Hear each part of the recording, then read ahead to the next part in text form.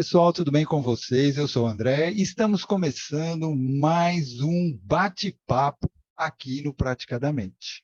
Tá? E é com grande satisfação que eu apresento a nossa comunidade do Praticadamente, que é um grupo de estudos terapêuticos voltado para hipnoterapeutas que entendem, né, que nem só de hipnose vive a hipnose, e aqui nós compartilhamos conhecimentos, discutimos casos, expomos nossas experiências, ideias e abordagens conforme a linha de trabalho, seja hipnose científica ou holística. E aproveito para convidar vocês para acompanharem as nossas atividades da semana pelo Instagram ou pelo Facebook e assistirem os nossos episódios já gravados e liberados no YouTube ou no Spotify.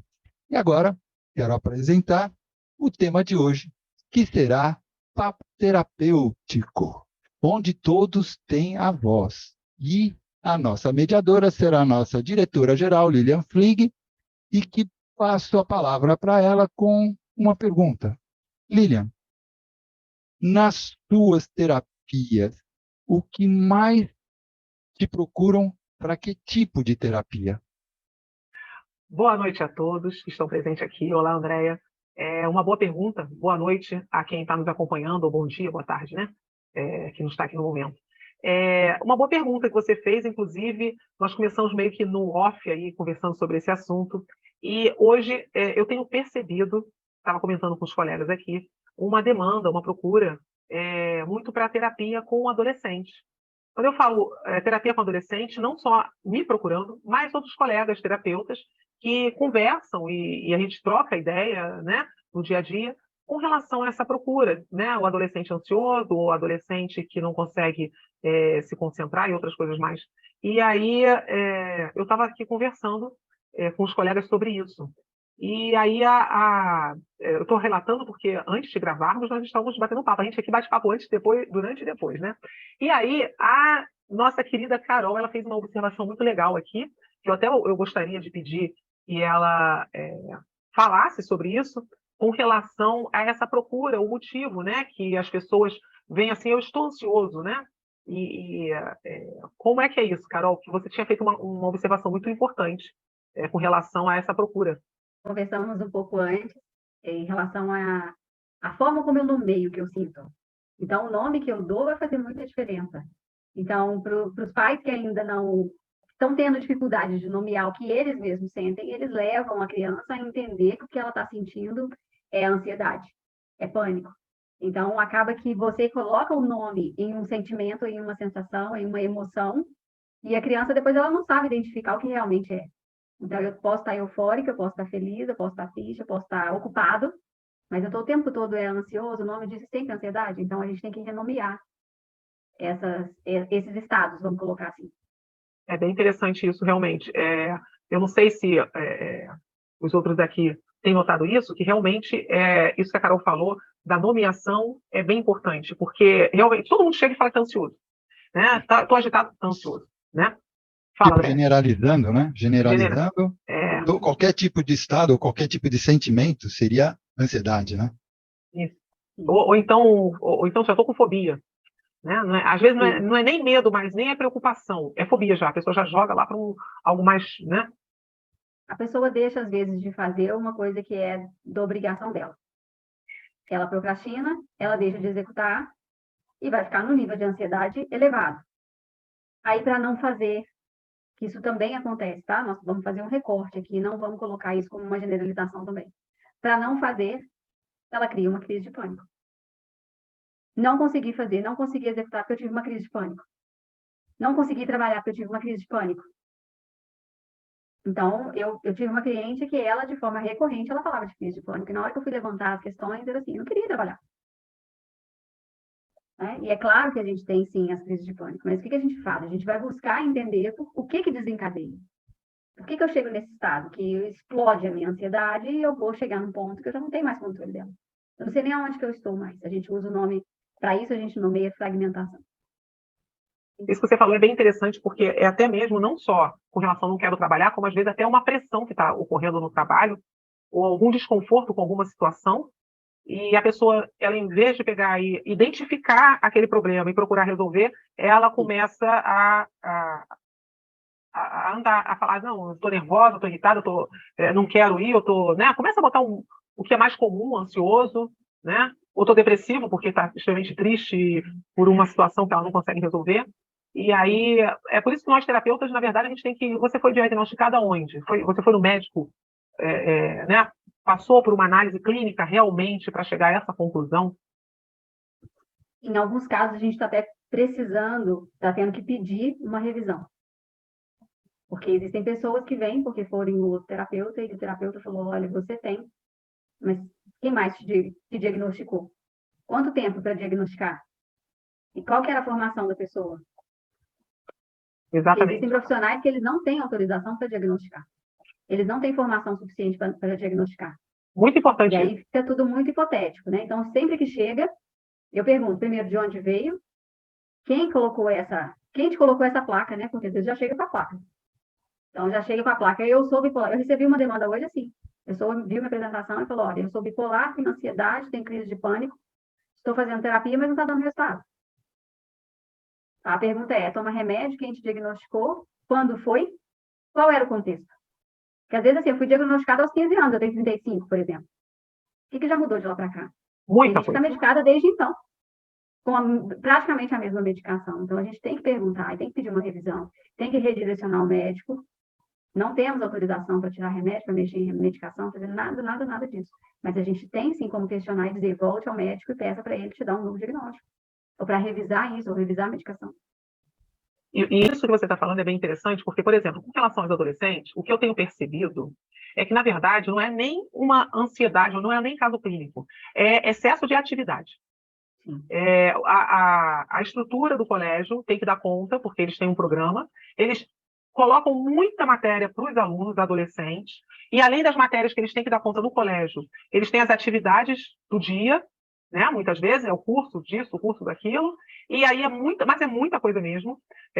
Assim, eu tenho uma filha adolescente, então eu vou te dizer, ela está no 9º ano, e hoje ela estava me perguntando uma série de coisas com relação à Bolsa de Valores. 9º ano. No 9º ano, eu não dei nada de Bolsa de Valores. Entendeu? Então, assim, eu estou dizendo porque o nível de matéria, e o professor falou, busca na internet.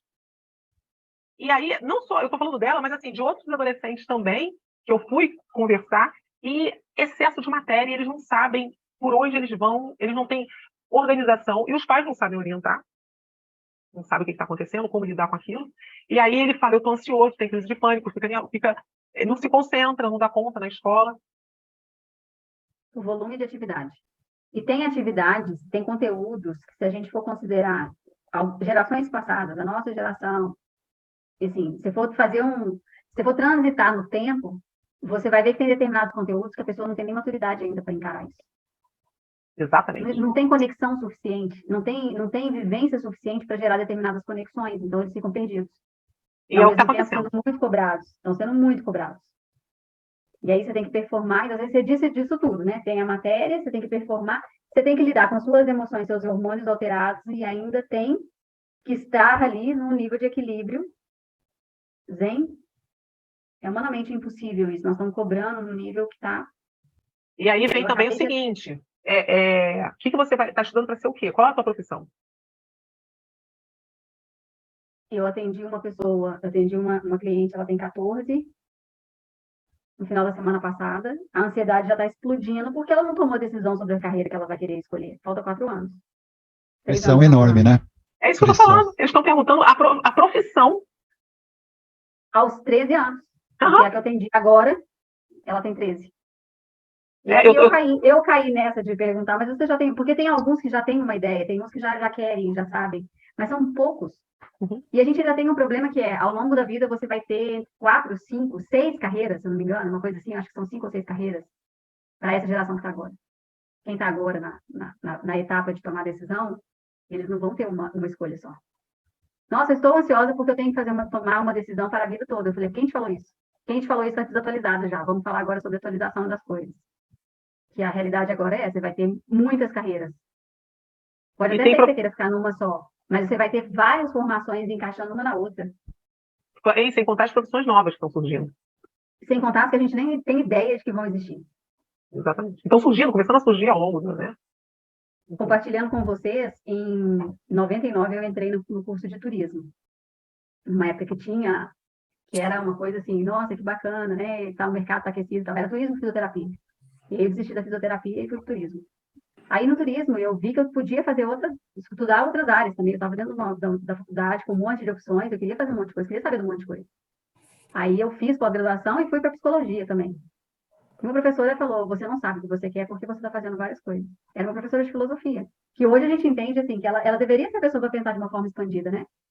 E aí quando ela falou isso, eu lembro de ter ficado assim, bem chateada e me sentido bem perdida. Mas hoje, quando eu lembro, eu falo, eu já estava fora do meu tempo. Eu estava muito à frente. E ela estava ainda numa ideia de que aquela formação, que você tinha que ter uma formação só. Então, que ela era professora de filosofia, ela só era professora de filosofia. Né? Então, É engraçado, né? É engraçado justamente porque antigamente as pessoas falavam que não adianta você querer fazer um monte de coisa, você tem que focar naquilo que você quer ou naquilo que é melhor, né, para você. E hoje em dia eu já acho que é o contrário.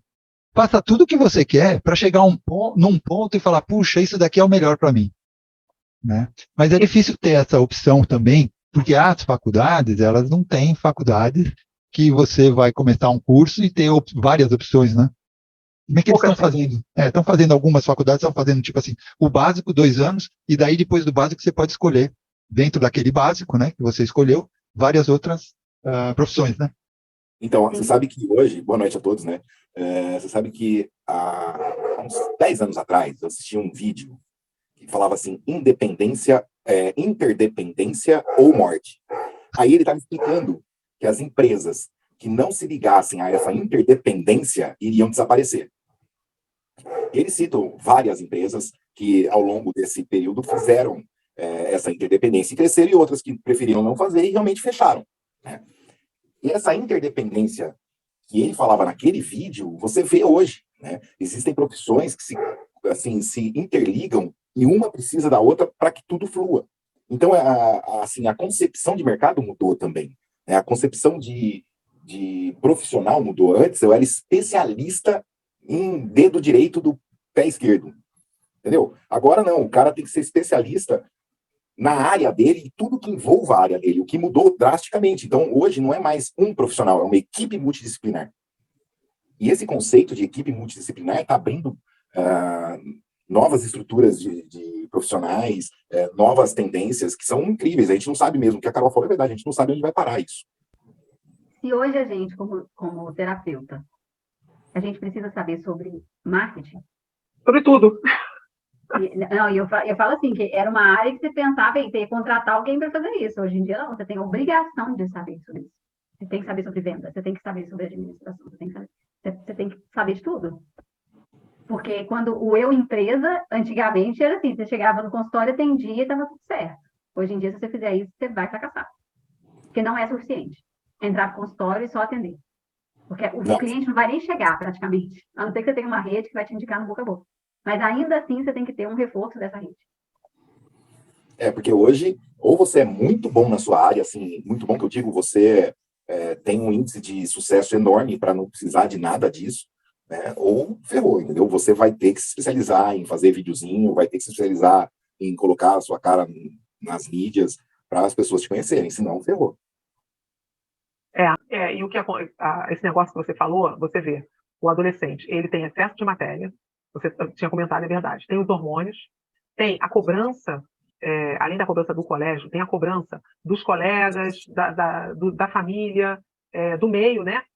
Da rede social. Da rede social. O que você vai fazer? Social mesmo, a rede que ele está ali no social mesmo, os pais. Isso. Mesmo. O que você vai ser? O que você vai estudar? O que você está fazendo? Você vai para qual escola? Né? É muita cobrança. E junta isso, gente, o que eu tô impressionado, cara, assim, eu tô relendo algumas partes, lendo, eu não tô conseguindo ler 100% ele, sabe, quando eu pegava o livro, eu pegava de cabo a rabo, esse livro eu pego, volto, acho que eu vou demorar uns 6 meses para ler, que é O Corpo Guarda Suas Marcas, por causa da quantidade de informação que ele traz a respeito de traumas, né? A gente não tem ideia de quanto um trauma infantil, e quando eu falo de trauma infantil, não é só abuso, né? Existe, por exemplo, uma mãe traumatizada que teve um filho. Essa mãe traumatizada que teve um filho, ela não consegue passar para aquela criança tudo que a criança necessita. Ela em si está traumatizada, ela não consegue.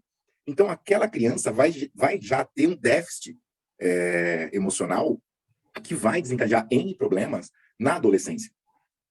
Então, você imagina quantos traumas o adolescente ele não vai acumulando com cobranças, com falas que ele vai ouvindo, e aí você não consegue. Como assim você não sabe? Você não consegue. Vamos dizer assim, são falas que ele fica...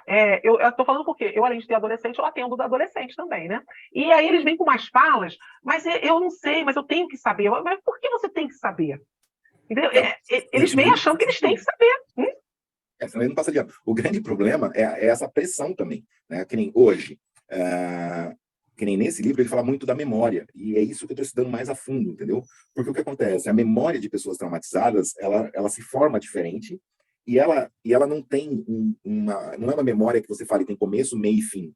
Então, é quando aquela pessoa chega, ela começa a te contar um fato, ela muda, aí de repente ela muda com uma coisa que não tem nada a ver, porque a memória dela é fragmentada.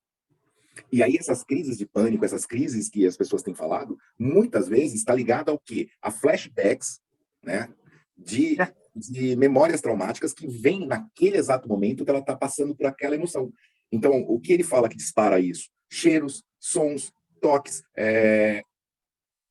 assim, o visual, o emocional. Então, assim, se ela passou uma situação de forte carga emocional na infância e agora na adolescência, porque um professor está pegando mais pesado, ela transfere aquilo para o professor, ferrou.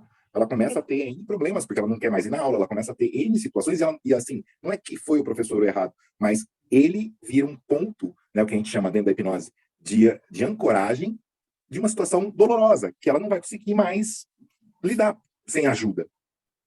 Então, vira, irmão, sabe o que acontece também?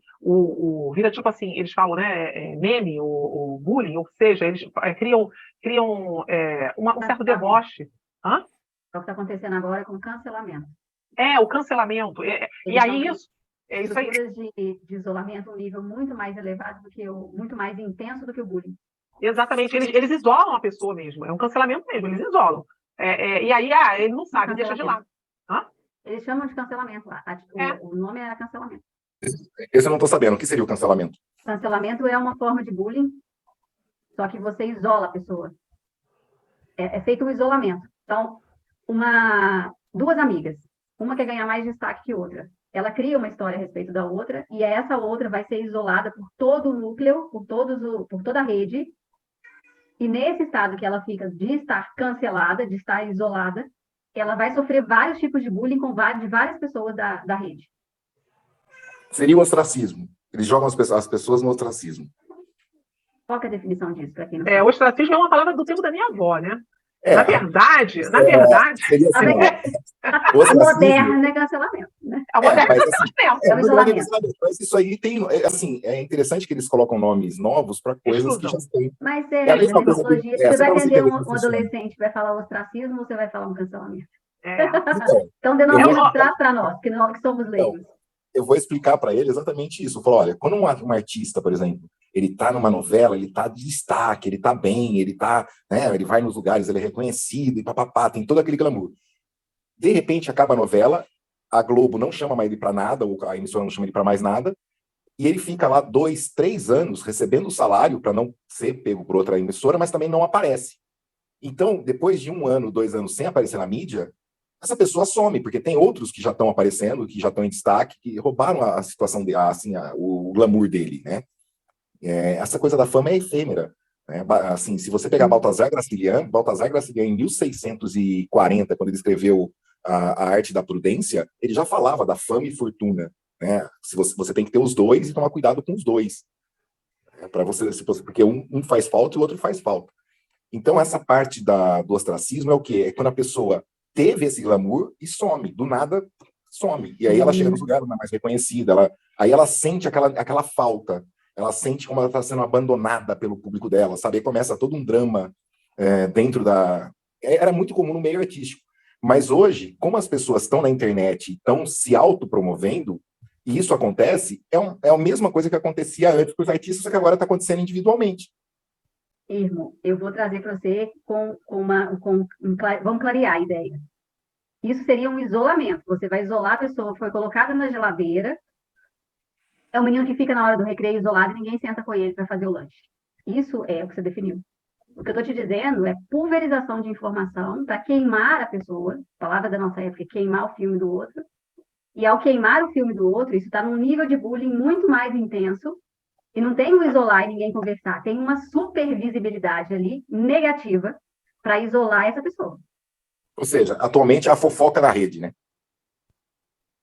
É uma fofoca, pode ter uma fofoca para poder... Muitas vezes gera uma palavra, alguma coisa que às vezes nem foi a pessoa, não tem nada a ver com a pessoa, mas ela é colocada como se estivesse naquela situação, e aí as pessoas deixam para lá. É um linchamento digital, né? É um linchamento. A pessoa foi acusada de algo e ninguém quer nem entender o que aconteceu. Já vai linchar essa pessoa digitalmente. Então, ela acaba sendo excluída. Esse tipo de cancelamento foi muito discutido há um tempo atrás por causa do próprio BBB, que falavam muito sobre o cancelamento do próprio artista que estava lá. Eles tinham medo do cancelamento. O que aconteceu, me parece que foi com aquela cantora, esqueci o nome dela. Carol com K, isso. De vez em quando cita e eu lembrei que é Carol com K. Carol com K. Isso daí, que existiu um cancelamento aí nessa época. E foi aí que também, a partir daí, começou-se a falar demais sobre o cancelamento nas redes sociais, né? Que foi o que o Sérgio acabou de comentar, né? Queima de arquivo. Aí é pegar uma pessoa para Judas, né? Então Não, está muito mais cruel, é isso que nós estamos falando. Então é malhação de Judas. Hoje está muito cruel. Aí por isso que esses adolescentes, esses jovens, acabam entrando. Aí, eles vêm com uma situação, dizendo com ansiedade, fobia,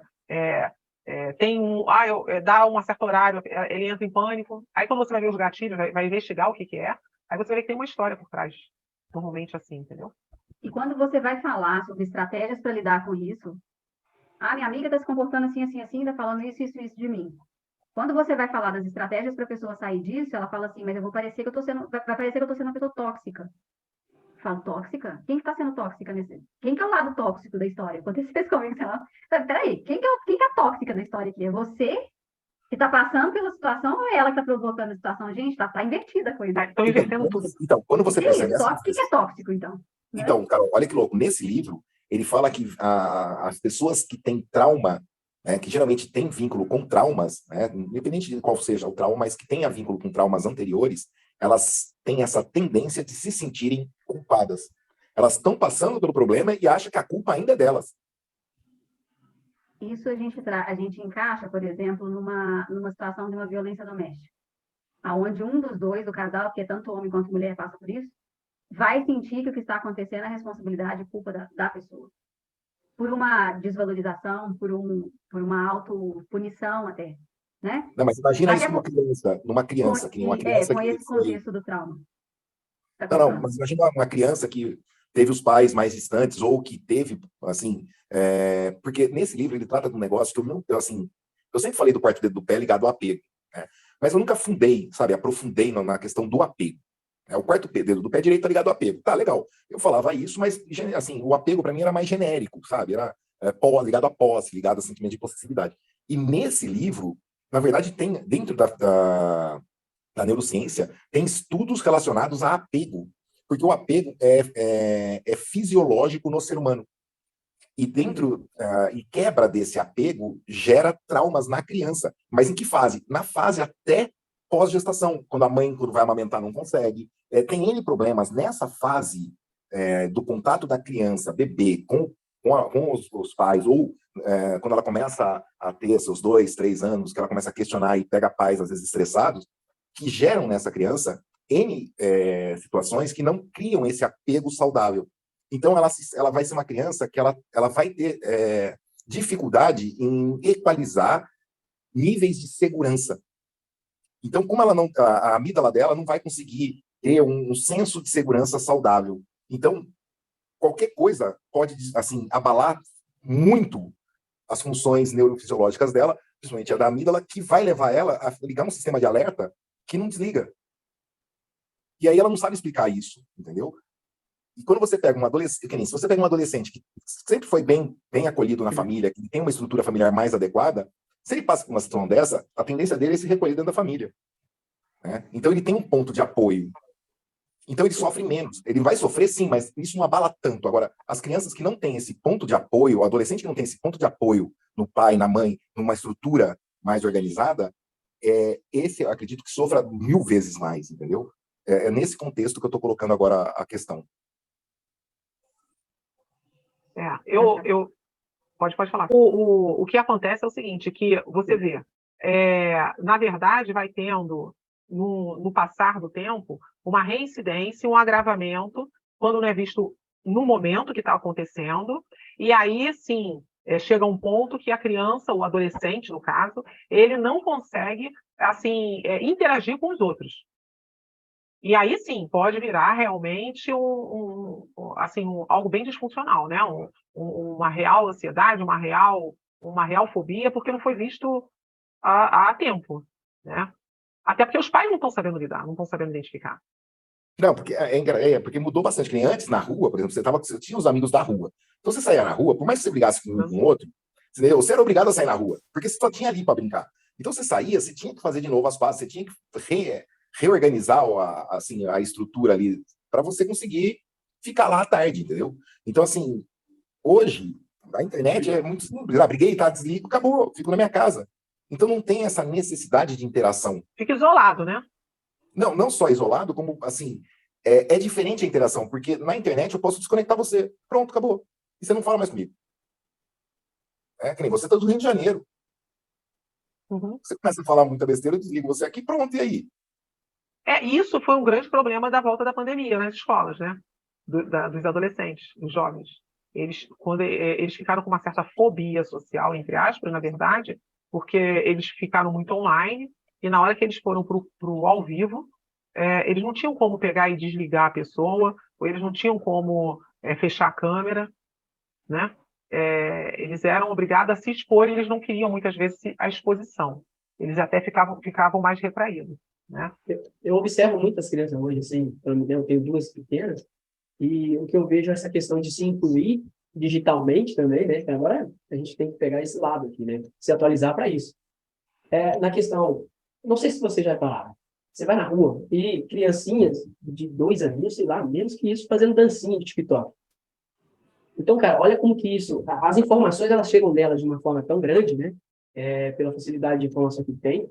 E aí a gente vai ver realmente adolescentes com ansiedade, com pânico, porque são tantas informações que essas crianças estão tendo, e para elas se incluir no meio de algo, elas têm que anular. Ela tem que ser alguém que é incrível. Alguém que elas não são. Aqueles que não conseguem um certo destaque, não conseguem fazer uma dancinha, não tem um Instagram, não tem um TikTok, ele acaba sendo esse meio que excluído dessa sociedade digital deles, né? Consequentemente, a gente vai ter realmente essa grande quantidade de crianças, adolescentes, que estão, assim, sofrendo muito com ansiedade. E é interessante você falar isso, porque, assim, eu estava assistindo hoje um videozinho do Ariano Suassuna, e o Jô Soares veio para ele assim, Ariano, você quer um café? Ele falou assim, não bebo café. Aí o Jô Soares veio para ele e falou assim, então, mas conta a história do café. Ele falou assim, olha, Jô, é que eu sou escritor e sou brasileiro. E brasileiro tem a fama de gostar de tomar café. E eu tomava café, mas aquilo me queimava, derrubava, me sujava. Eu não gostava, assim, mas eu tomava porque, né, para ser brasileiro, para me incluir, né, na sociedade, eu tomava. Aí, com o tempo, comecei a passar a tomar café frio, mas café frio é ruim. Aí já ficava diferente, já ficava azedo, já não gostava mais. Ou seja, eu demorei 57 anos para descobrir que eu não gosto de café. Não gosto. Então, eu posso dizer que eu não gosto, não vou tomar. Pronto. Uma simplicidade, sabe? Demorei 57 anos para descobrir que eu não gosto de café. E muitas vezes acontece isso, o jovem ele não gosta de determinadas coisas e nem ele sabe que não gosta. Ou ele não quer determinada coisa, ele nem sabe que quer. Eu normalmente, quando ele vem com as questões, eu faço exatamente refletir para ver se é realmente aquilo. Porque às vezes estão querendo colocar uma ideia na cabeça dele que ele não faz parte dele. Exato, e não está errado, entendeu? Simplesmente só não faz parte. Né? É que é a mesma coisa que eu estava falando outro dia para uma cliente. Falei, olha, seu dedo do pé é normal para longo. Então você é emocional, mental, ou seja, você sente, você pensa, depois você faz.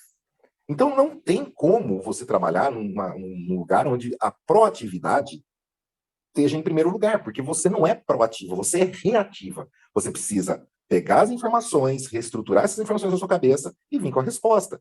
De bate-pronto, te dá branco. Não estou falando que você não saiba, você sabe. Tanto é que você está me falando aqui, ó, você sabe tudo. Só que por que na hora você não consegue? Porque na hora as pessoas começam a te colocar pressão e o seu cérebro não trabalha bem sob pressão. E isso não está errado, não é errado. É assim, 1,27 da população é igualzinho a você.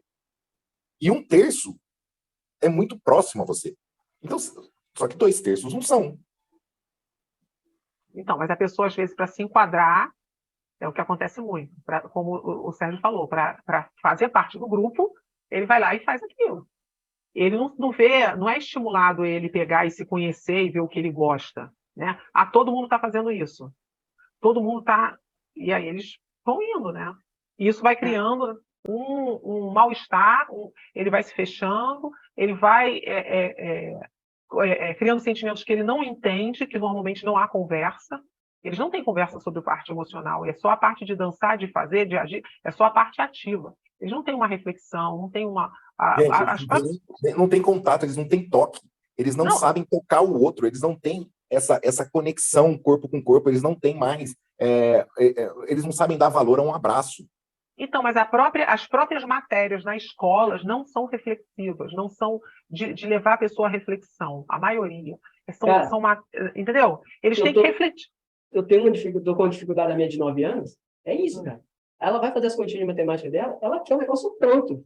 Ela quer chegar na calculadora e já pegar pronto, porque na internet ela vê os negócios tudo fácil, tudo pronto, tudo, né?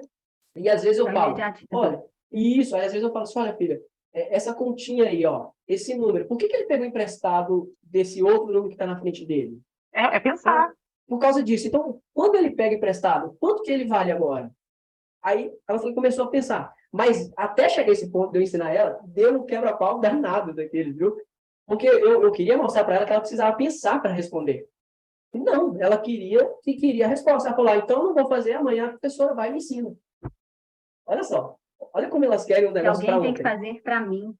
Sim, eu falei, cara, eu não vou te dar resposta. Ou é alguém que vai fazer por mim. É muito fácil, né? Eu quero estudar, vou fazer uma pesquisa. Nós aqui, um pouco mais velhos, né? Quando a gente ia, eu ainda sou dessa época, parece que eu sou velho agora falando isso. Eu ia em biblioteca pública, cara, para pegar livro para estudar, fazer pesquisa, e eu copiava aquele monte de folha para chegar lá no dia de trabalho e entregar 2, de tanto que eu tinha que escrever. Daqui 10 anos, 20 anos, como vai ser isso, cara? Não, gente, já acabou, não é daqui 10 anos.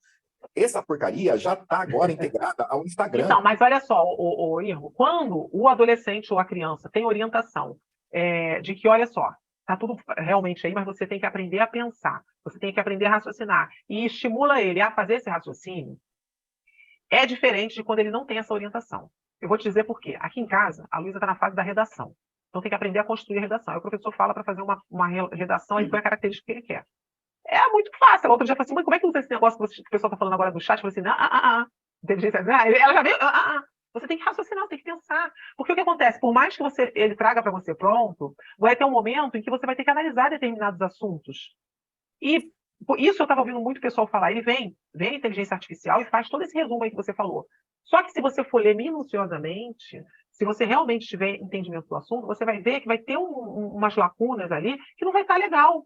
Então, e isso só vai conseguir quem tem uma agilidade, sabe mexer com a mente, vamos dizer assim, né? Sabe raciocinar, sabe pensar. Tem que ver o seguinte, que as pessoas vão ficar muito no nível da escrita, né? Na hora de fazer uma palestra, na hora de debater um assunto, se ela não tiver o conteúdo, ela não vai desenvolver.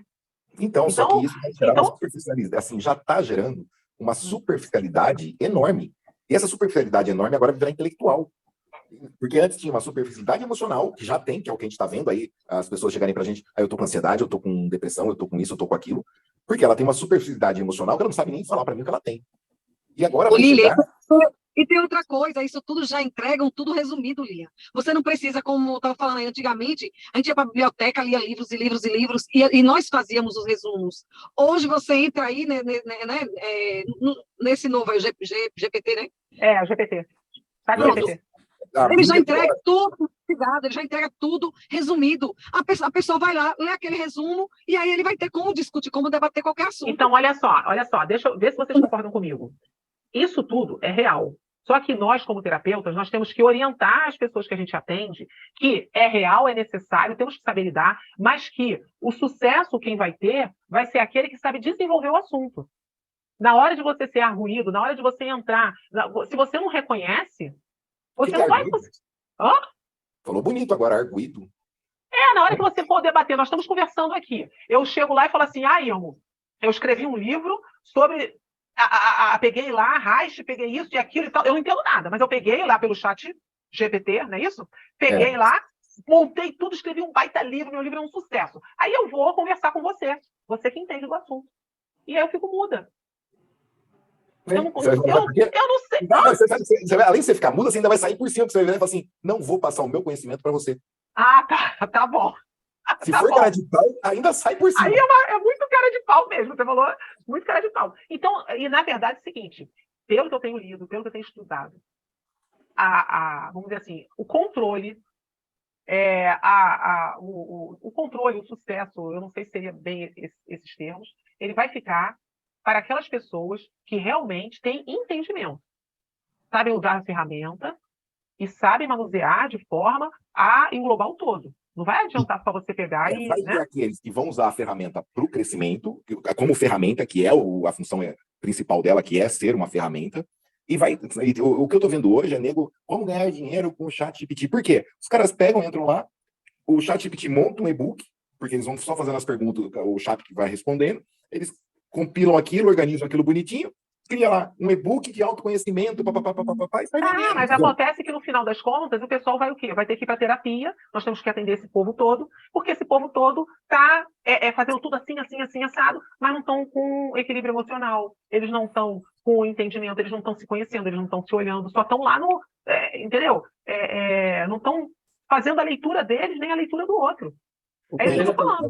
O básico é o toque, o base é o approach, é como você chega na outra pessoa. Eu posso abraçar, eu posso beijar, eu posso ficar perto, como é que, sabe? Isso se perdeu. Uma coisa que eu observo é a questão de sentimento, como a Lília fala, é que, peraí, gente, nós estamos lidando com máquina, né? Agora para frente ainda máquinas inteligentes, mas elas não têm sentimento. E aí o ser humano, por em algum momento querer se comparar, ou não sei o que pode... Em algum momento ele se perde. Ele vai se perder. Porque nós por isso que a nossa profissão vai ser a profissão de apoio a isso tudo. E aí tá um detalhe, se nós não nos atualizarmos também, cara, para esse novo digital que está surgindo, cara, a gente fica para trás. Exatamente. Principalmente o terapeuta. Principalmente, vai ser aqueles terapeutas que mexem com coisa antiga. O cara mexe com as pedras ali. Mas espera aí, não, agora a gente vai ter uma outra visão, a gente tem que estar se atualizando cada vez mais. O problema não é mexer com as pedras, com os cristais, não é esse. O problema é você aguentar o cara virar assim, mas tem fundamento científico isso que você está fazendo? E aí, se você não estiver preparado? Porque o IGPT vai falar com ele, tudo isso, ele vai pesquisar. Né? Não, o ChatGPT já fala. Se você colocar lá, análise da personalidade pelos pés, fale-me a respeito. Ela fala assim, não é uma técnica científica, não posso discorrer sobre o assunto. Cara, quando eu trabalhava na Casa Bahia, a gente pegou isso muito agora, né? A gente pegou muito a questão de internet, como por internet. As pessoas chegavam, aqui, me fala um pouco sobre esse produto aqui. Só que ela já sabe tudo do produto. Ela quer ver se você entende aquilo que você está vendendo para ela. Olha que louco. E aí, se você não soubesse, às vezes você falava alguma coisa, ela fala, não, mas isso aqui é assim, assim. Eu estou sabendo mais que você, que não está vendendo. Ou seja, o ansioso vem, como a Carol falou, como nós estávamos falando no início. Ele vem já com o diagnóstico, mas ele tem realmente o diagnóstico? Hoje um pai falou assim para mim, eu quero que você fale com meu filho que você vai esperá-lo terça-feira, tal hora. Eu falei, isso aí, você está dizendo que você espera que eu vá fazer isso. Mas no meu trabalho, eu vou falar o que eu vou fazer. Você quer ser terapeuta, pai? Eu não entendi, Carol. Eu não entendi, Carol. O pai queria que você... vai falar com ele que ele vai nesse horário. Eu falei, oi? Eu falei, peraí, vamos voltar. Quem é quem aqui na fila do pão? Né? Porque a gente tem que entender aqui, peraí. O negócio é esse. Aí eu falei, a minha forma de trabalhar é essa. Se tiver ok, então ok. Se não tiver... Já imagino o que esse menino está passando, né? E assim, se já está desse jeito, vamos dar espaço para a pessoa poder entender também o que ela precisa. Vamos trabalhar espaço. Quando a gente fala da fragmentação, que as pessoas estou dividida, estou em todos os lugares, não estou em lugar nenhum. Estou pensando em várias coisas e não estou concretizando nada. Estou pegando coisas fragmentadas da internet e não consigo montar um texto por mim mesmo, porque eu não consigo concatenar as minhas ideias. Tem que usar a tríade das emoções. Muito bem, vocês já estão treinados e a gente vai trabalhar a questão da localização, a autolocalização em espaço. Eu preciso chegar no lugar primeiro, para saber o que eu vou fazer. É aquela famosa brincadeira, né? Peraí, onde que você está primeiro? Se encontra, depois você consegue ir. Chega aqui, vamos chegar no corpo. Se você que estiver escutando aí, assistindo aí no YouTube, se você quiser saber o que é essa tríade das emoções, veja na aula passada que tivemos a Carol Campos falando sobre isso. Vai então, lá. procura lá no YouTube que tem. Tem duas delas, as duas são incríveis, porque a Carolzinha, com a tríade das emoções, ela consegue resolver 99% dos problemas das pessoas. Não estou exagerando. Que é isso, gente? A fragmentação, eu estou sem lugar. Então, o menino fala, eu estou sem lugar na escola, estou sem lugar em casa, estou sem esse lugar de fala. E os pais também dizendo, o Irmão está falando da questão do cuidado, do contato, os pais dizendo, mas ele não quer, ela não quer aproximar, não quer abraçar. Porque existe uma sequência para você ir trazendo a proximidade, fazendo a proximidade acontecer. Para o afeto acontecer. Não dá para chegar, assim, já chegar agarrando, porque eles estão reativos. Ô, Carol, e até ele chegar nessa reação, de ser reativo, será que ele já não existiam umas tentativas de se aproximar? Exato. Em algum momento o pai... É isso que eu tô falando. O natural, gente, da criança, ela manter o que ela já teve. Então, assim, se ela sempre você sempre grudou nela, ela dormiu junto com você, ela estava ali, ela teve esse contato, na vida adulta, ela continua com esse contato. Eu vejo isso, né?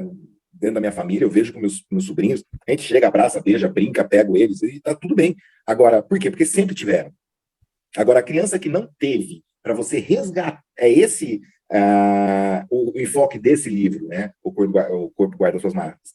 Quando você não teve isso na época certa, para você resgatar essa conexão neural que geraria o processo de apego saudável, é dificílimo. Então, os pais estão tendo hoje, o que a Carol falou, eu tenho que estudar espaço para começar uma aproximação. Porque ele não teve, porque se ele tivesse lá na infância certo, ele não teria que ter esse processo agora. Mas eu vou fazer um parêntese aí. Eu atendo crianças e adolescentes que tiveram essa trajetória do cuidado e da atenção e que tiveram uma ruptura, tá? Então, eu tenho casos em que não teve um trauma, não teve um abandono, ainda que, vamos colocar assim, aparente. E aí, num determinado momento, há essa ruptura, que eu posso considerar hoje, baseado nesses históricos, que tem a ver com o contexto social onde eles estão inseridos, para uma adaptação externa e a forma como eles estão interagindo com outros, e tem a questão da rede social, e tem a questão da internet, vamos colocar a internet. A internet dizendo assim, você não precisa disso. Exato. É isso que eu estou falando. Hoje tudo trabalha contra, né, a parte emocional. Parece que virou um negócio, se você é saudável emocionalmente, você está doente. Está maquinal o negócio. Os pais tá assim. As pessoas saudáveis estão doentes, e as pessoas que estão doentes é que são saudáveis. Inverteu. São duas meninas da mesma idade, praticamente. Com pais com as mesmas características de afeto, de atenção, de cuidado, e os pais se queixando desse afastamento. E a gente tem que lembrar, gente, também, porque assim, nós, mulheres aqui falando, a gente tem um momento em que a gente se afasta, assim, da figura paterna, a gente se afasta do homem, a gente se afasta da figura masculina. Isso faz parte também. Então, também não tem que achar que a criança, a menina vai ficar agarrada com o pai, querendo afeto e querendo ficar ali colado o tempo inteiro.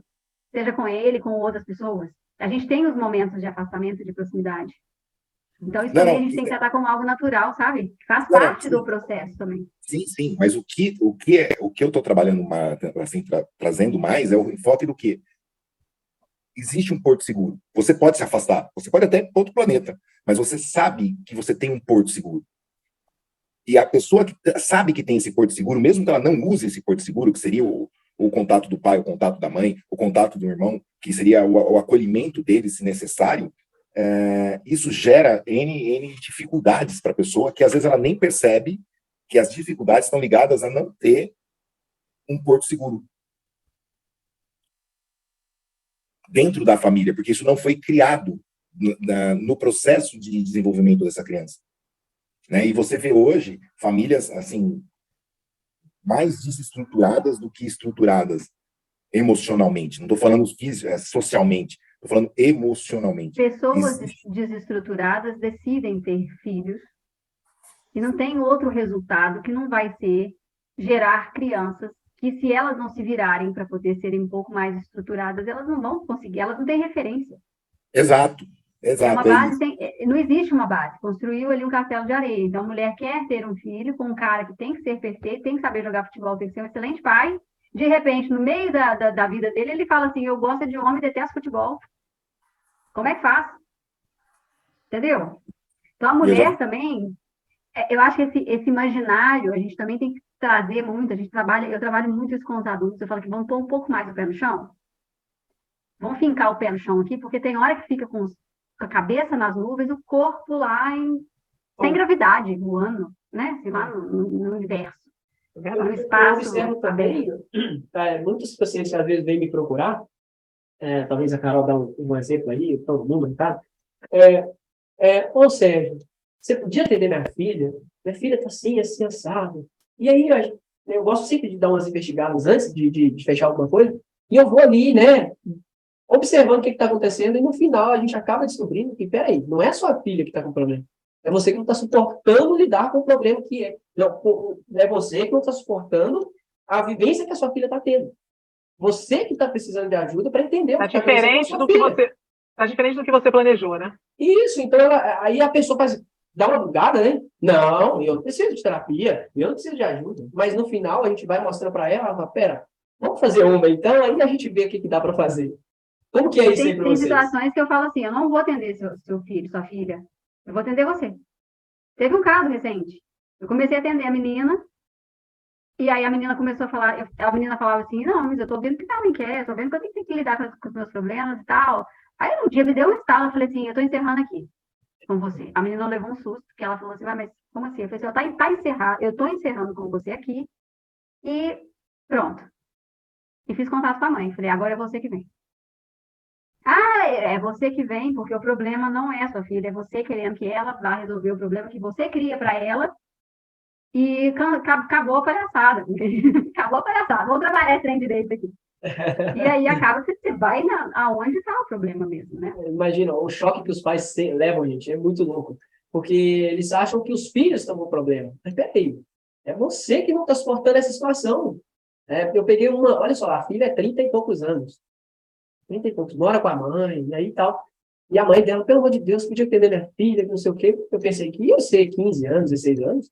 Quantos anos sua filha tem? 32. Cadê que ela não veio falar comigo? Eu sei que tem que vir falar que ela precisa de atendimento. Eu falei, ela tem 32 anos, e por que não foi ela que me procurou? Não, é porque... aí veio um monte de desculpas e tal. Aí que eu falei, assim. Então, vamos tratar você primeiro, porque tem alguma coisa aqui em você que não está lidando bem com isso. Não. Isso é o que a gente mais vê, a gente vê muito isso. As pessoas vêm e nós temos que fazer o que você falou, Sérgio, uma análise para ver, antes de começar a trabalhar, quando vem mãe com filho e entender isso. E realmente, assim, eu estou vendo aqui a hora, o papo está muito bom, estou adorando o papo. Inclusive, que é uma situação que nós estamos vivendo, né, com adolescentes e tudo mais. E eu gostaria, assim, de ver, né, André, o nosso horário aqui, está todo mundo... Se bobear mais terapeuta, a gente vai até a tarde falando, porque todo mundo aqui ama o que vive, né, que é a terapia, e nós percebemos isso, a necessidade de que temos, todos nós, de estarmos antenados na atualidade, que nós vimos aqui, como bem lembrou o Imo, né, do chat GPT, como lembrou com relação aos adolescentes, as questões que nós estamos enfrentando na clínica, e não é só adolescente, também, o adolescente é sempre reflexo dos pais, né, assim como as crianças. Então, assim, eu gostaria de agradecer essa conversa e vamos ter outras, com certeza eu convido vocês a, em outro momento, voltarmos para esse ou outros papos, trazer, de repente, até um outro assunto e trocarmos a nossa experiência aí, que foi muito legal, muito agradável. Mas eu vou passar o encerramento para o André, mas agradecendo muito, muito Carol, Serginho, Irmo, Orlando, a Gerleide, que entrou e saiu, teve problema na internet, mas todos que contribuíram muito aqui conosco, e vamos voltar numa outra oportunidade. André? Pois só finalizando o que o Serginho estava falando, a própria Carol também comentou, às vezes, quando você fala com os pais, né, desses adolescentes, e você fala aquilo que eles não querem escutar, eles já acham que você já não serve, não vai fazer nada, não adianta, porque é aquele tal negócio, né? Às vezes dói nos pais saberem que o problema não está no adolescente, muitas vezes está com os pais, né? Bom, pessoal, é isso aí. Deixa a Carol falar. Fala, falar uma Carol. coisa. Fala, Carol. Cadê a Carol? É muito frustrante para o pai saber que mais uma pessoa não vai obedecê-lo além do próprio filho. Então, o terapeuta não tem que obedecer pai e mãe, fazendo o que pai e mãe acham que tem que ser feito. Falou tudo. Já compartilho com vocês que teve uma mãe que me ligou e falou: eu sou psicóloga e eu não entendi por que você não me chamou. Falei: porque seu filho tem X idade e não tem a necessidade de conversar com você sobre ele, porque quem tem que me falar sobre ele é ele mesmo.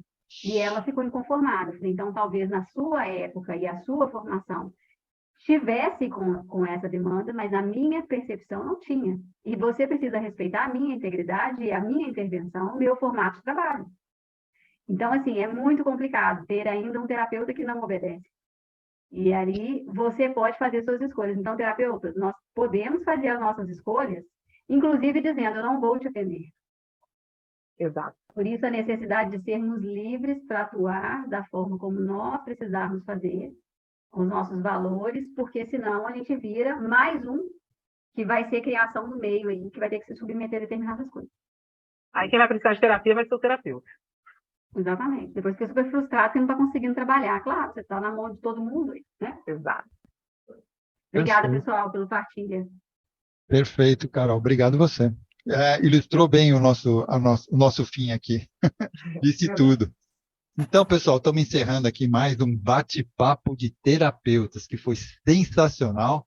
E espero que vocês tenham gostado. Tá? Agradecemos muito pela presença do nosso público que está aqui participando ao vivo, a nossa mediadora, Lilian Flig, e também aqueles que estão assistindo no YouTube ou no Spotify. Espero que tenham gostado e aprendido, né, muito com essas discussões e atividades que tivemos aí.